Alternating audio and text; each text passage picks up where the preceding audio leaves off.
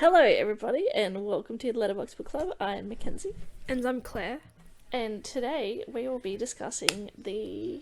I don't know how many that is, 6 or 7? Oh, 7.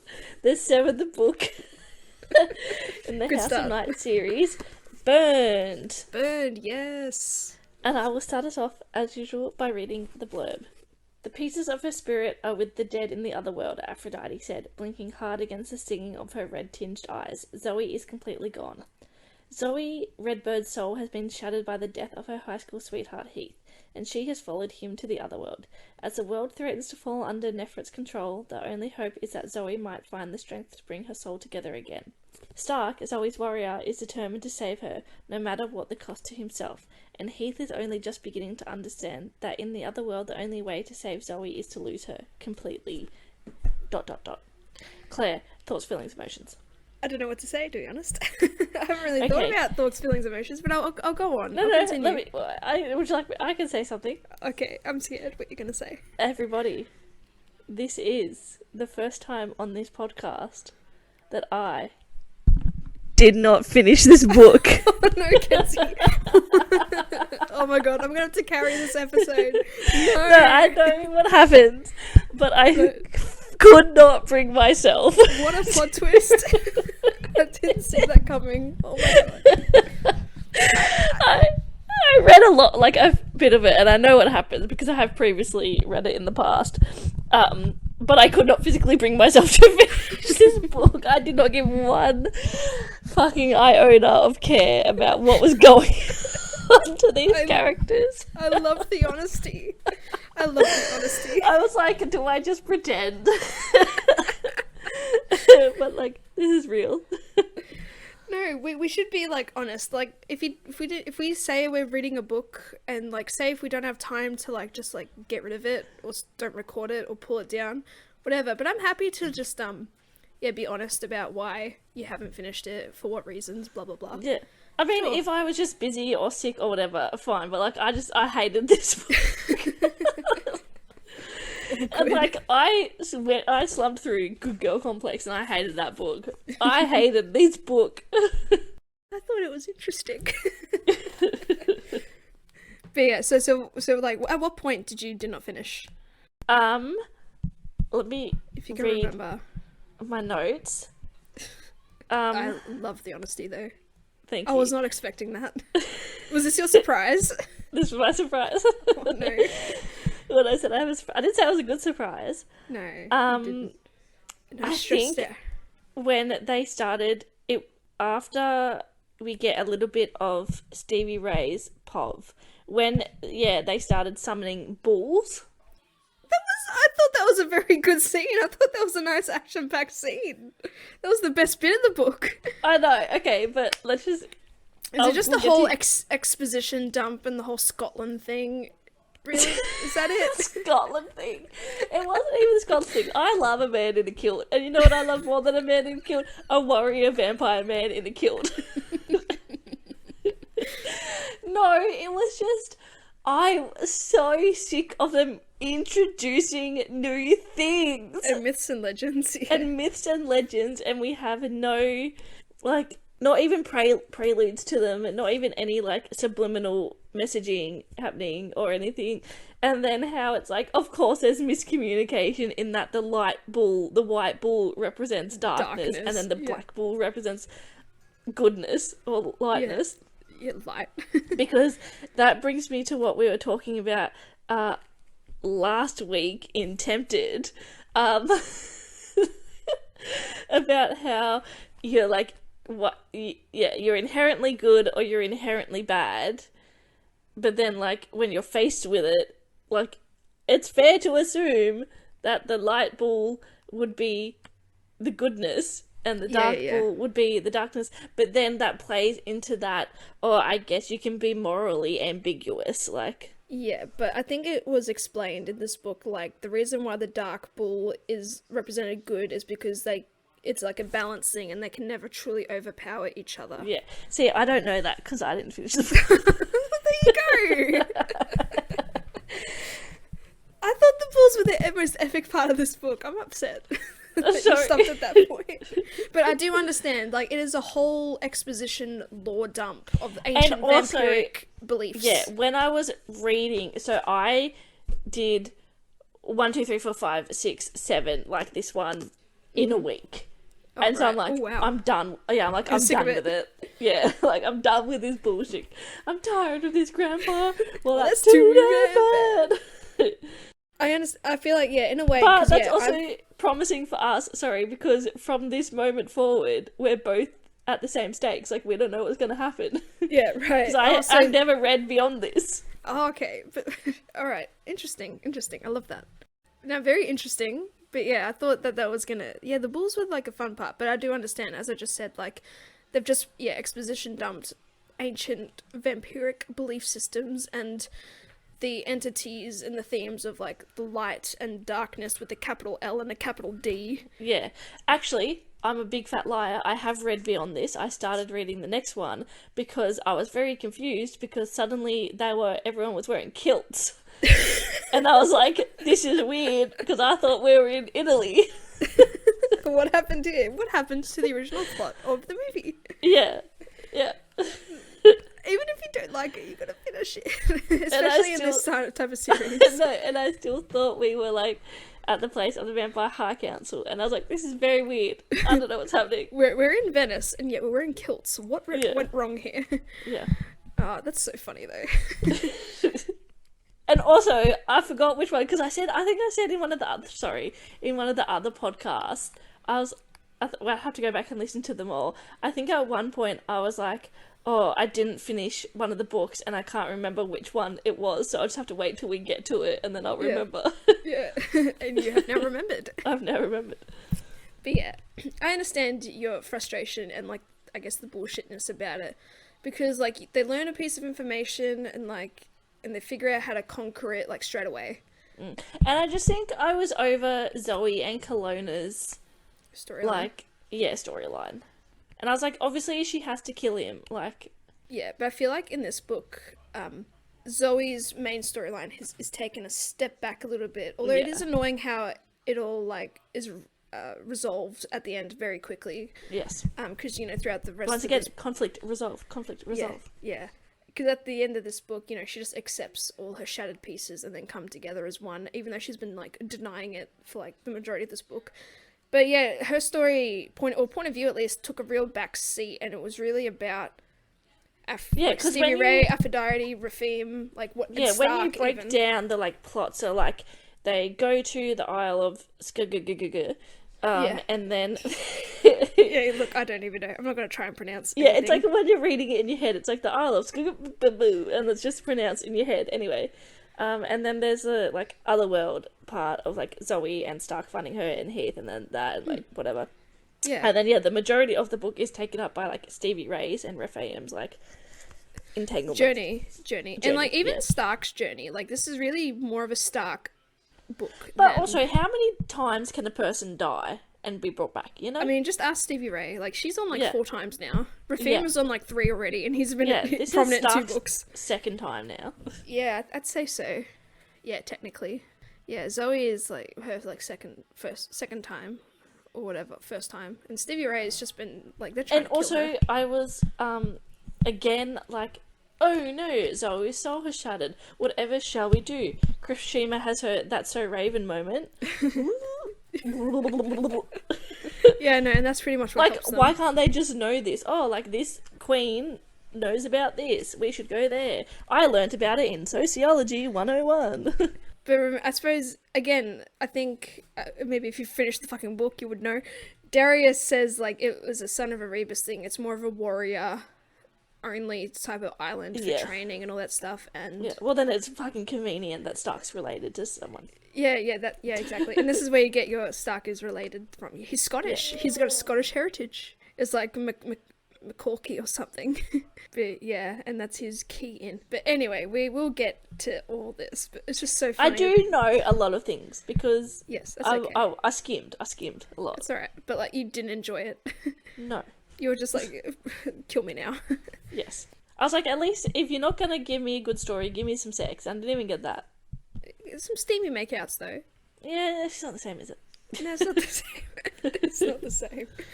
Alright, my thoughts, feelings, emotions. A lot of exposition dumping and the whole introduction of new things. Again, the Son of Erebus Island, that's only available to those who are like worthy and honorable, or who have a connection to the clan or whatever. Like, that was annoying. The bull scenes I thought was quite epic, and I really kind of enjoyed the tension between like Stevie Ray and like everyone at the House of Night, because now with Rafim, people are knowing something's up with her, and like she's having to tell certain people about what's going on, and so it's hard for for her to keep him a secret and all that type of stuff. And I love like their relationship storyline. It's probably my favorite part out of this entire book. But yeah, look, a lot of exposition dumping. I thought we were gonna find more of Zoe like actually soul searching for herself, but they're just kind of running away, hiding in a grove, and they just chill there. Yes, sorry, I have another thing to say. Okay. Sorry. Go ahead. Again, with like the Sons of Erebus, if there weren't so many books, I feel like there could have been so many things. Like if book 1, 2, and 3 were one book or whatever, then they could have really gone through the logistics and the intricacies of vampire lore and history and vampire politics per se, and you could have had that introduction to, oh, the Sons of Erebus are our warriors, like, and they have like this special island if they need, like, with like different warriors or whatever. And yeah, a lot of things could have been explained instead of just getting to it and then having it explained to you. Yeah, for sure. Yeah, I agree with that. And then like, yeah, it's supposed to be really difficult to even contact this queen. I have already forgotten her name, I'm sorry. Yeah. But then she's just like, they have a little bicker about, you're not worthy, but I am worthy because of my last name. And they're like, you know what, fair point, come on in, let me help you. Like, I feel like it's not that easy. Just to make this something that it's kind of not, maybe this is a whole metaphor, because, you know, like, you know, Zoe and all her friends, they're fledglings, right? They don't know any of this shit. And we the reader, following the fledgling life, we don't know shit either. Yeah, so maybe we're just learning all this together, you know? Maybe it's not as bad as we make it out to be. Maybe this was the intention all along. Exposition dump. But that's not good storytelling. No, not really. No. I like the subtle mentions and the subliminal messaging of like, yeah, it could have been recited from like, yeah, Sociology 101 or whatever. But yeah, anyway. But yeah, as I was going to say, yeah, I really enjoyed Stevie Ray Rafim storyline the most out of this. Yeah. Again, the tension of like him being found out. But yeah, I thought it was going to take a lot more time for Zoe to, you know, bring her soul back together. Yes. I thought that would be, yeah, the majority of the book. Yeah, I thought she's going to, you know, waddle to a peace. You know, she'll have her inner conflict of like not wanting to accept who she is, and then, you know, she'll maybe overcome a challenge, therefore she accepts herself. But no, it all just kind of happens very at the like end. a la Harry Potter and Voldemort in "You'll never have what I have," friendship, like, you know. Yeah. But then, and also this seems a pretty much more of like, yeah, Stark story as well, because it is very significant around his role as a warrior and now as a guardian of the Ace, and like they learn these new things and then they take it on board straight away, because now Zoe's his queen, he is her guardian instead of warrior now. It's like, oh my god. And she has no fucking idea what that means. Yeah, she's chilling. Yeah. But it was very interesting with like, because you think, well, how is Stark, obviously Stark wants to go to the overworld to protect her because as her warrior it is his right to try and do so. Yes. But it was very interesting to find out how that came about, and like that sacred sort of like ritual procedure for him to do sacrifice and all that type of stuff. But like, interesting. But yeah, I finished it. Unlike someone. Nah, it's okay. It's okay. Alrighty. I promise it won't happen again. No. It's okay. It's okay. You know, if you really did not like a book for whatever reason, you have the right to be able to declare it, and we will embrace it, Kenzie. This is a safe space for you. Alright, kicking off with the plot. Zoe's soul is shattered. She's in the overworld. Yeah, she's in Otherworld. Otherworld, sorry. Overworld is like Borderlands. I'm sorry. Tiny Tina's Wonderland. The Otherworld, and with Heath, and she's like, well, I ain't leaving. Yeah, and then Heath's like, I want to stay with you. And so that's pretty much them for all their chapters. It's like, I want to stay here. You're safe here. But Babe, I love you. Yeah, Heath, like, feels bad because he's seeing Zoe fall apart. Yeah. Yeah, but Zoe's too afraid to accept the parts of her soul back. Yes, for sure. But and all her chapters, I think, throughout this book is her, with that reinforcing that little struggle, which is a bit boring, very boring. Because it's like, we get it. You said that 5 chapters ago. Relax. Yes. And they make their way to like Nyx's like grove. It's like a special grove that's like protected, and like Heath feels at peace here because Zoe is feeling really like numb and all that, because her tattoos and all that are gone. She feels like her connection to Nyx is gone. Yes. So they stay in this grove together to kind of like chill and relax. Although she can't relax, she's always on the move because like her soul is broken. She can't rest. Yes, I didn't like. It gave me the impression, but I don't think it's ever like outwardly said that she's like running out of time. No. Yeah, like she's not, but like that's the impression that I got. Yeah, but she had like 7 days. Yeah, to because get her like, soul back. How erratic she was, yeah, and like her fear and everything, and like I mean maybe it would have been better if they're like you have 12 hours, like, but yeah, I think ultimately she got back on day 5 on this. She had 2 days lost, I think, because Stark was like 5 days ago, blah blah blah, or whatever. Yeah, that timeline, I feel like it would have been a lot more up to the stress and the tension if like it did come down to the wire, but it didn't. And then also, like, again with the whole Zoe and Heath, like, because the whole point really is that she's refusing to leave without him, and it's like he's very much dead. Like, he's a human, and you saw his neck get snapped. Yeah, like a twig. Yeah, there's no chance of him coming back. There is a chance of you coming back, though, Zoe. Like, I felt, shit. Like, just accept that. Yeah, it was frustrating, wasn't it? Yeah, especially when you still have 2 boyfriends. Exactly, like, if she really loved Heath, she would have no other boyfriend but him. Yeah, and she had already admitted, I think in the last book, that she loved Stark. She was just afraid that she wouldn't be able to give him, like, the same of what he was giving her, but still, like, you can learn to accept that. Yeah, for sure. And yeah, I think Heath as well, he was kind of annoying in a sense where he was just like convincing her to stay as well. Like, he didn't understand that, she's not dead either, and that she did have a chance to kind of live and leave. Yeah. But he was just kind of convinced that like they can actually no, he was actually trying to convince her to kind of snap. Like, he was reminding her of friends of Nyx, but like ultimately he didn't come to until Stark came along. He didn't know that like he needed to leave in order to let her flourish. In a way, he's holding her back or trying to help her. Yeah, now that I think about it, I thought there would have been more running out of time moment, but like I think they only lost 2 days. And Kelowna's soul is amongst this other world as well. Yeah, Kelowna's there as well. there was a Nefrit chapter, because Nefrit, I think, using her darkness powers, made a sort of like a bargain with Kelowna, like he has to do this, otherwise he's not coming back, or something like that. So Nefrit is holding his body hostage. Yes, that's right. And Kelowna is also now kind of in 2 minds about Nefrit, because like he just wants to be free from her grasp and all that type of stuff, free from her influence, but he's too far gone at this point.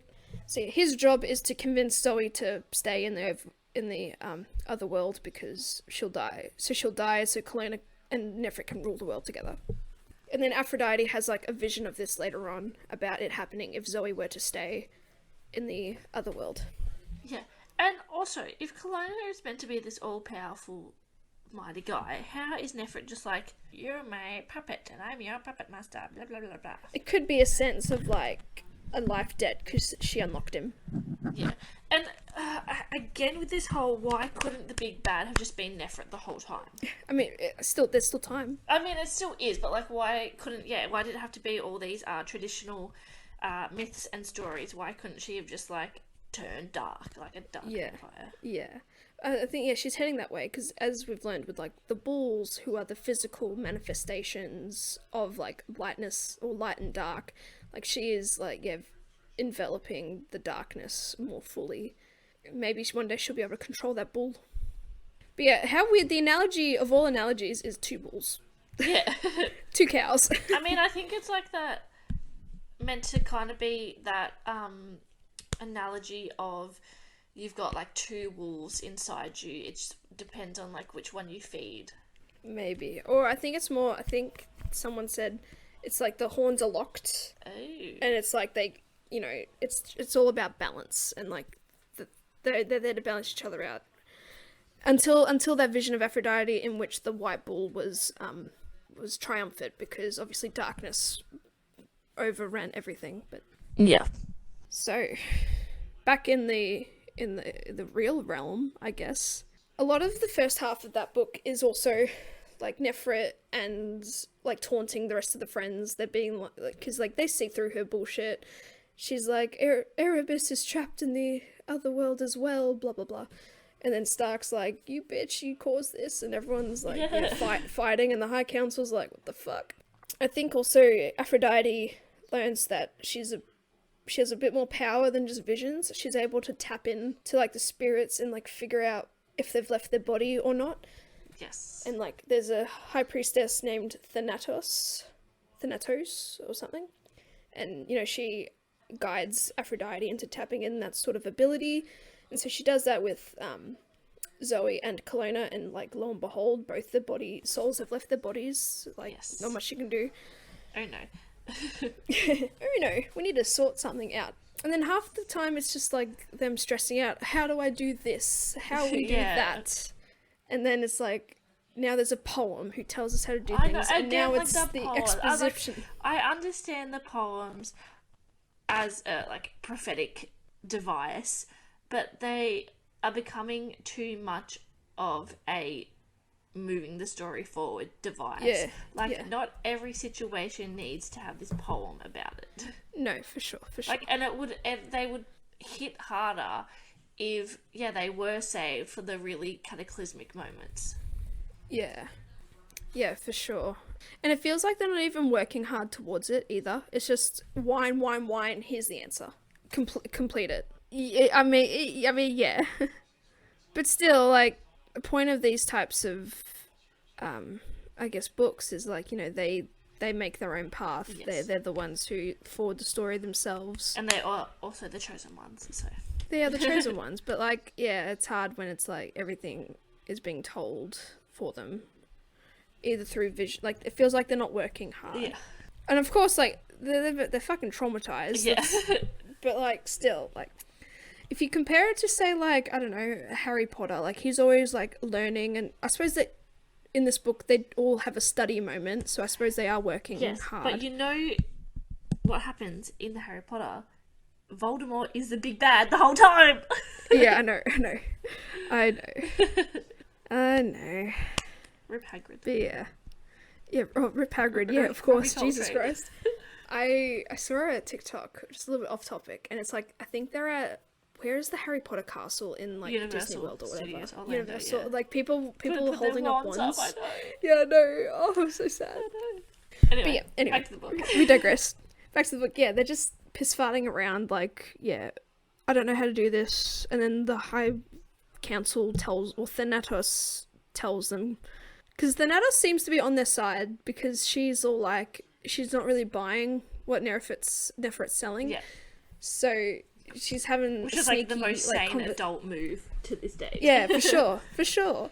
Yeah, other than like the Nobia as well. Yeah. Yeah, she's willing to guide them and answer their questions and talk to them and, really understand what they're trying to say and like what their goals are. She's really fighting for them subtly, which is great. But yeah, like, why did they not figure this information out themselves? I don't.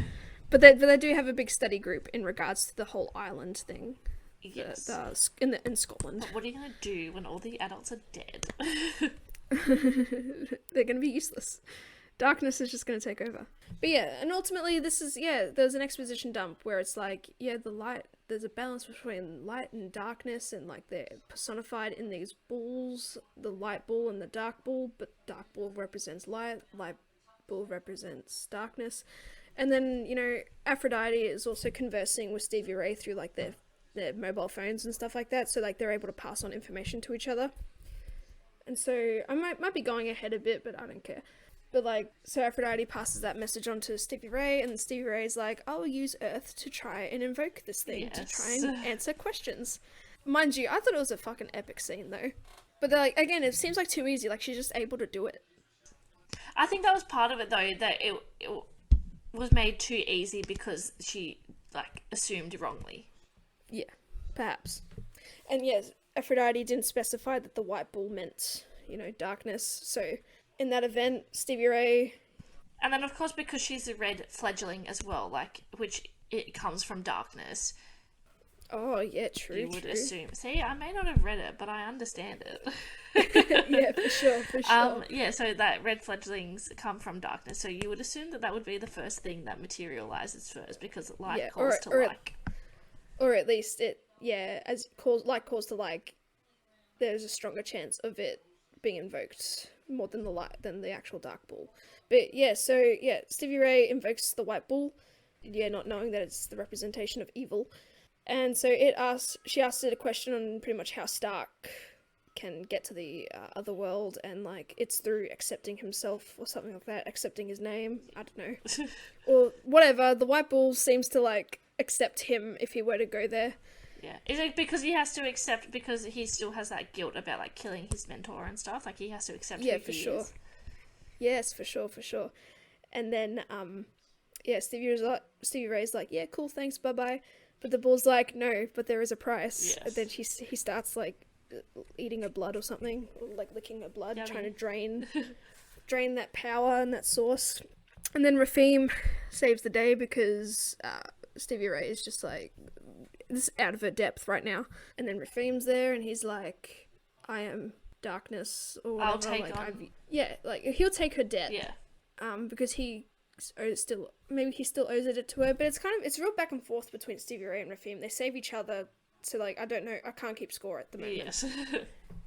But, yeah, and then the bull's like, yeah, I understand, I know who you are, who your father is, Kelowna, blah, blah, blah.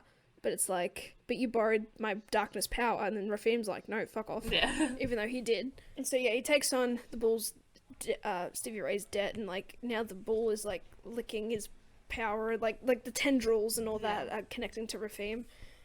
And then Stevie Ray summons the black bull, and, like... the personification of light and goodness, and she felt happy and all that type of stuff, and like the light bull, I guess, trampled the white bull out of the way and all that, and they're gone now. Everything's fine. But then Rafim is injured again. We love to see. And then I think Dallas. She was hanging out with Dallas. First, yes. Stevie Ray accepts to be bound forever to Rafim's humanity. Oh yeah, for sure. As part of the bull saving him.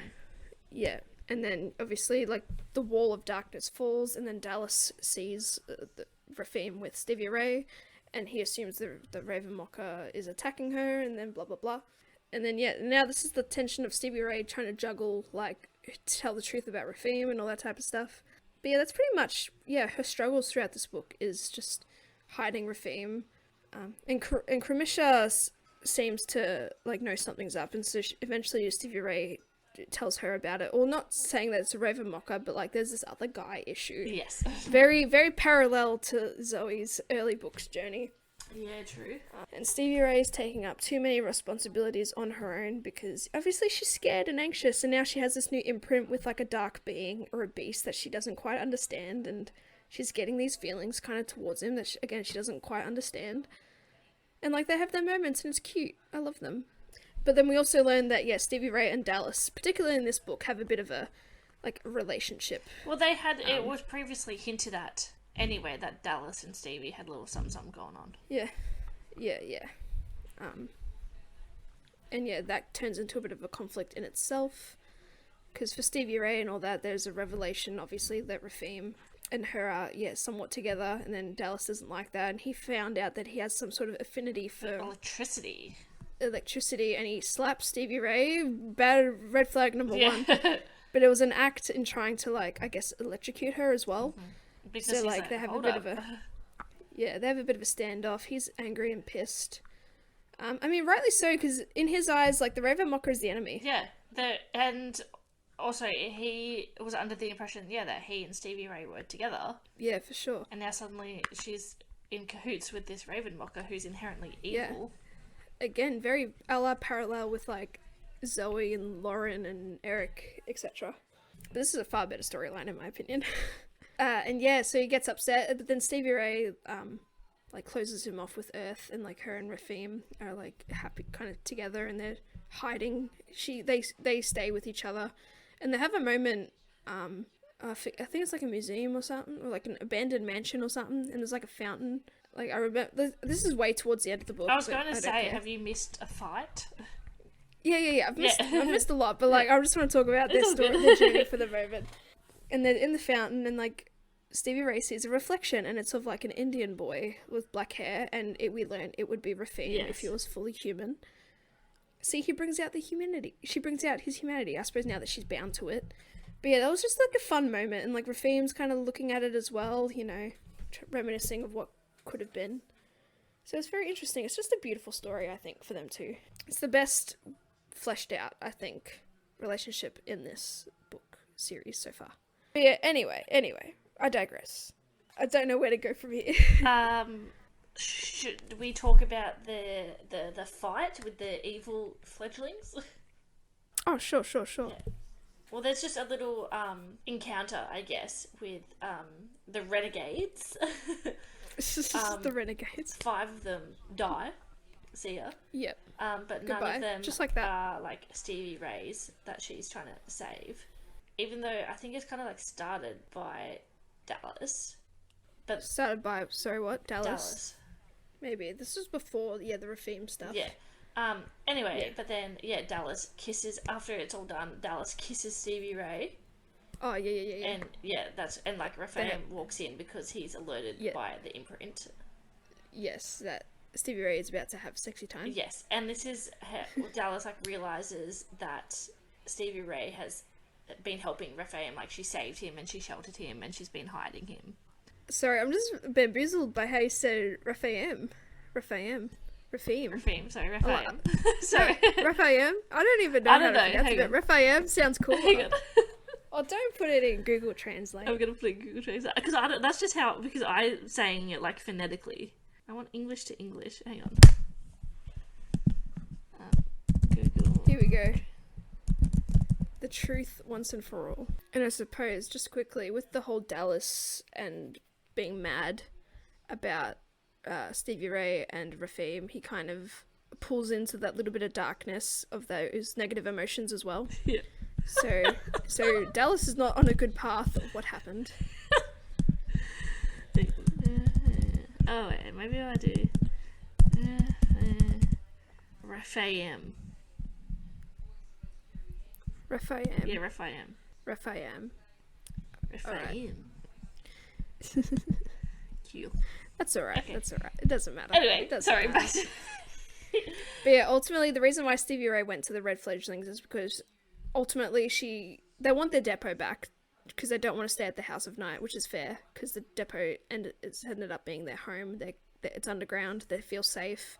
They're trying to kind of convince the other Red Fledgling kids to turn to the good side. Like they have a final choice. They can either stay and encompass light or fuck off and go elsewhere. Because it turns out they actually murdered some people as well. Yes, that we didn't know about. No. And so that's kind of like a last straw for Stevie Ray. And so they have an encounter with Nicole. Other fledglings have died. Blah blah blah. Dallas is taking a turn due to, again, negative emotions. But like, to be fair, he believes. Darkness. Yes, but he believes Ravenmockers are the enemy. But then wouldn't that mean him and Rafim are the same? On the same side? Yeah. They're buddies? Yeah, anyway, so Dallas changes, lol. Yeah. He does, that's right. He's dangerous with like the electricity yes, affinity as well. Evil red fledgling. Yeah. Anyway, and he threatens to tell everyone at the House of Night that Stevie Ray and Rafim are doing the do. Yeah, they're together, in a way. And Stevie Ray has a choice to kind of go back and defend herself, but she decides she wants to be with Rafim. I'm gonna say Rafim. Just say it, how you say it. Yeah, Rafim, to wherever he was hiding so she can have some alone time, just think and relax. And that's where they have that moment with the fountain. I just thought it was really adorable. Although they do have some kind of fighty moments where Stevie Ray is very scared to kind of embrace this relationship, and even Rafim is very confused about what he wants Because again, due to the imprint, like he can feel what she feels, and like there's a little yearning for more. There's a bit of tension, a bit of nice sexual tension there as well. I don't know what the timeline is like from this point, so I'm gonna go back to the other world stuff, okay. because then I think it will line up. So back in the other world, Stark comes out and faces Kelowna. Oh yes, yeah. He makes his way. He has to like die as well, like kill his warrior to become this other thing to then help Zoey. But yeah, that's Scottish ancient vampire shit. We don't care. And yeah, so she faces Kelowna, and Zoey is like, "Oh fuck, I love Stark, and Stark might die." So she finally calls back her soul. Yeah, which again, it's weird because in her little chapters, she does have there's a moments in the Grove where she interacts with these pieces, but then she like dismisses them, and then she's like, she calls them again. She's like, like Brigid or something, my strength, I need you, and it's like Joy, I need you, blah blah blah. Yeah. And they just materialize as her again. Yeah. And I think Aya as well. Yeah. I'm not sure. So it's just represent blah blah blah. What am I trying to say? Yeah, but like I thought it was gonna take more than like it was more of a journey to find the souls, other than her just like dismissing the souls. Yeah, so I don't know. It was weird. I thought that was gonna be more of a she's wanting to like go back, but obviously her love for Heath is what's holding her back and keeping her there. But yeah, just even before the fight with Kelowna, Stark intercepts Heath and is like, "Look, buddy, you need to leave. Yeah, I'm sorry." because she's not going but, to. Fix herself unless you leave. And like the world, it will be over if you don't do this. Like this is a very brave and honorable moment for Heath, because obviously throughout the series it's like, you know, Zoey wants to break up with him and he's like, no, like very stubborn and even jokey about it, but it's like, this time you gotta go, bud, like I'm sorry. And then Stark's like, I give you my oath, all these oaths, very honorable things on my honor. He will do everything in his power to protect Zoey from like here on out. And, like, it's a very brave thing for Heath to do, and Stark even acknowledges that, like, if he was in Heath's position, he wouldn't have been able to kind of do it either. So, yeah, Heath has a very important role right now, and he leaves. I think he tells Zoe, he's like, I have to leave, and then Zoe's still, like, heartbroken, but, like, it's what needed to be done. Heath just disappears. into the other, like, whatever, like, into death world, like, the humans. Yeah, is whatever dimension or whatever. Like, goodbye. Like, you could have done that from the get-go. So that's happened. And then Kelowna kills Stark. Yeah, like, this whole sequence of events is weird. Yeah, he stabs Stark through the chest. And then, because Zoe now has her soul back. She has her powers, essentially. And she's holding him, Kelowna, with air, and Kelowna's like, you can't keep me here forever. But then she's like, you owe me a life debt for killing my consort. I order you to bring Stark back. And then Kelowna's like, no. Yeah. But then Nyx finally comes to save the day. And because Zoe's like, you owe me because you killed Heath. And then Nyx she appears, and then Kelowna's like, my goddess, my love, you know, he's like shocked. You're in her grove and like shocked. Anyway, and then she's like, you will pay Zoe's debt, like being my, like, obviously metaphorical daughter and all that type of stuff. And he's like, he's not happy about it, but he'll do it. So he has to share some of his immortality with Stark. So that means Stark is immortal now? Yes. I mean, are you not immortal as a vampire? In this vampire, no. Like, because vampires have died. Maybe it's like the part that like he shares some of his immortality is just like to bring him back, like some of his life force. Kind of like, but it was funny because like Nyx, you know, kissed Stark on the lips as like being the goddess of like while he's like lying there dead, and then Kelowna did the same thing just to give him the life force. I just thought that was a funny moment. I wasn't expecting that. Little smooch of life. And then then like Kelowna is then released to his body. Yeah, so we're back in the real world. But then, Stark and Zoe find their way back to their bodies, and in the real world. Although Zoe doesn't quite understand how Stark was in the other world, so she got very, I guess, stressed out when she saw his body like lying unconscious again. Poor buddy, he's died a few dying times. all the time as well. Yeah. Poor boy, he's getting good at it. And then it's all revealed, like, this is a special way for him to get into the other world, and he's brought back because that warrior guy, I forget who, like Seros or something, the Scottish warrior, is the one that's like controlling whether he lives or dies, whatever. And then Stevie Ray feels when Zoe's alive again, and Rafim feels when that clone is alive again. Back in the real world, or back in their bodies, back in their real world. They have those feelings. Stevie Ray and Rafim, I think this might be the moment you were talking about earlier, have a moment where they confess their feelings for each other. Oh, yeah, and Nix yeah. offers them a vision of a human Rafim. Oh, was that it? Anyway, and so they're like chilling, they're looking like, oh my god. And then Kelowna returns with Zoe, and Rafim leaves because he's like, well, I can't turn my back on my dad though. Yeah. Oops, like I love you, but this is where my loyalties lie. Yeah, I understand why you would DNF this book though. I do. But yeah, just huge exposition dumps and them whinging about not knowing anything, and then like Thanatos or like Aphrodite who have a vision or a poem, and that's what leads them to their next location. Like, surely, like, this is Nyx's, like, path for these people. Like, Nyx should have more of a say in, like... Nyx should be the one to kind of tell them as well. Although I think Aphrodite did have a moment where she's like, Nyx, I need your help. And, like, she did help them. I do. Would you like to talk about the cliffhanger that we end on? Because we love cliffhangers. I've forgotten what the cliffhanger is. What? Thank you, goddess, I whispered, thank you for everything. Then I placed my hand over Stark's heart and leaned down. Just before I pressed my lips to his, I said, come back to your queen, guardian, it's all over now, and then I kissed him. As his eyelids flooded and opened, I heard Nyx's musical laughter fill my mind, and her voice saying, no, daughter, it's not all over, it's just beginning. Oh, yeah. Oh, I didn't want to say that's much of a cliffhanger. It's just this little resolution has happened. Now we're on to having to defeat Kelowna. After him terrorizing us. More of a progression than like a cliffhanger per se. But I get it. Also, Stark and Zoe in the other world before they went back to their bodies, like they had some like tension moments. Like they were like kissing, making out, having some fun. Because Zoe got him to drink from her, and as we know, vampires drinking from each other is quite pleasurable. Have you started to read Awakened? No, not yet. Do wait. Looking forward to some spice. wait, no, they're teenagers still.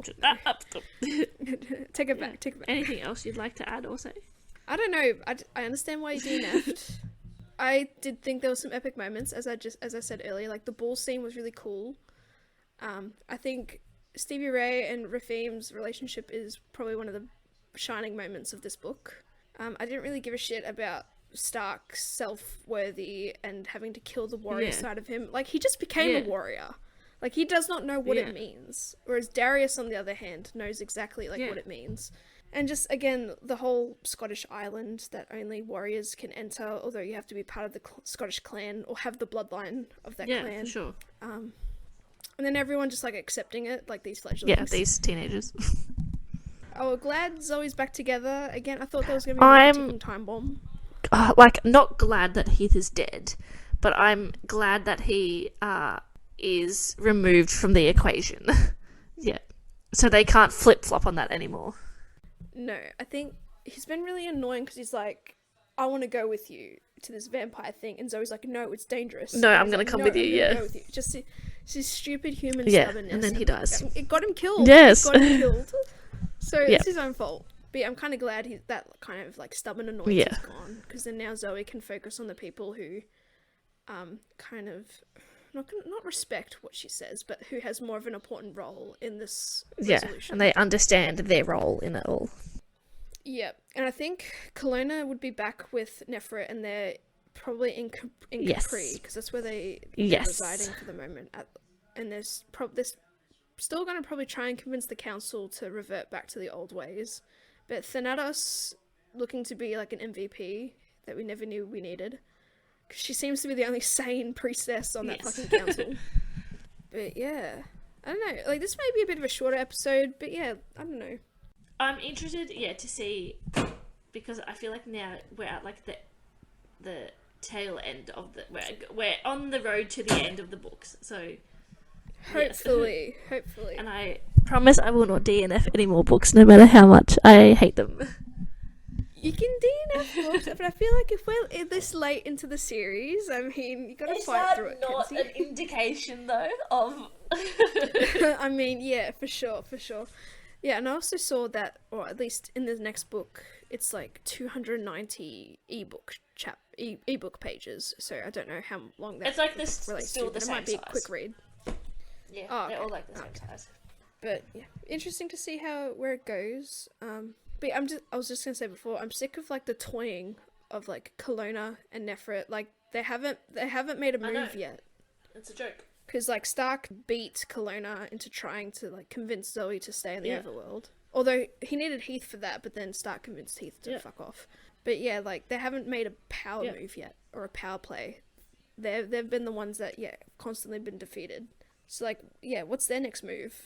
Yeah, Rafim's gonna have to make an appearance to his father, and like it's gonna be now with Stevie Ray like a battle of conflicts between the two of them as well. Yeah.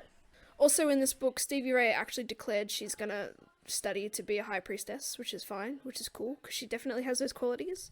I think Nicole and the Red Fledglings are still kind of on the run now. That might still be a bit of a problem, I reckon, because Nefret has a hand in them.